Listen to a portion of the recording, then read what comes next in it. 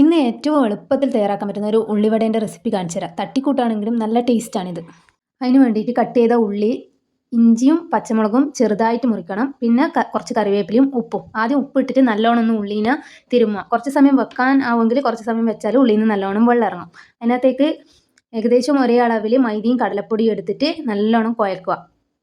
നല്ലോണം മസിൽ പിടിച്ച് കുഴച്ചോട്ടാ, എന്നാലേ അതൊന്ന് നല്ല രീതിയിൽ മിക്സായി കിട്ടുമല്ലോ. ആ ഉള്ളിയിലെ വെള്ളത്തിൽ തന്നെ അത് കുഴഞ്ഞ് വരണം. തീരെ കുഴയുന്നില്ല എന്നുണ്ടെങ്കിൽ കുറച്ച് വെള്ളം ചേർക്കാം. ഓവർ വെള്ളമായാലും ഉള്ളിവടക്ക് ഒരു ഷേപ്പ് ഉണ്ടാവില്ല. എന്നിട്ട് നല്ല ചൂടായ എണ്ണയിലേക്ക് ഇതിട്ടിട്ട് ഫ്രൈ ചെയ്തെടുക്കുക. തിരിച്ചും മറിച്ചും ഇട്ട് നല്ലോണം ഫ്രൈ ചെയ്തെടുക്കുക. നല്ല ഈ ഒരു ഗോൾഡൻ കളർ ആവുന്ന വരെ നല്ലോണം ഫ്രൈ ചെയ്യുക. ഞാനൊരു കാര്യം പറയാൻ മറന്നുപോയി. ഇതിനകത്ത് ഞാൻ ആദ്യം കുറച്ച് പെരിഞ്ജീരകം കൂടി ഇട്ടിട്ടുണ്ടായിനെ. അന്നേരം ഒരു വേറെ തന്നെ ഒരു നല്ല ടേസ്റ്റാണ്. അത് ഇട്ടിട്ടില്ലെങ്കിലും ടേസ്റ്റ് ഉണ്ടാവും. പിന്നെ ഉള്ളിവടേൻ്റെ അകത്ത് കുറച്ചധികം കറിവേപ്പില ഇട്ടാലും നല്ല ടേസ്റ്റ് ആയിരിക്കും ഉള്ളിവടക്ക്. ചിലപ്പോൾ നിങ്ങളെല്ലാം ഇങ്ങനെയായിരിക്കും ഉള്ളിവട ഉണ്ടാക്കൽ. എന്നാലും ഈ വീഡിയോ ഇവിടെ കിടക്കട്ടെ. ഇനി ഇത് ട്രൈ ചെയ്യാത്തവരുണ്ടെങ്കിൽ ഇതുപോലെ ഒന്ന് ട്രൈ ചെയ്ത് നോക്കണേ.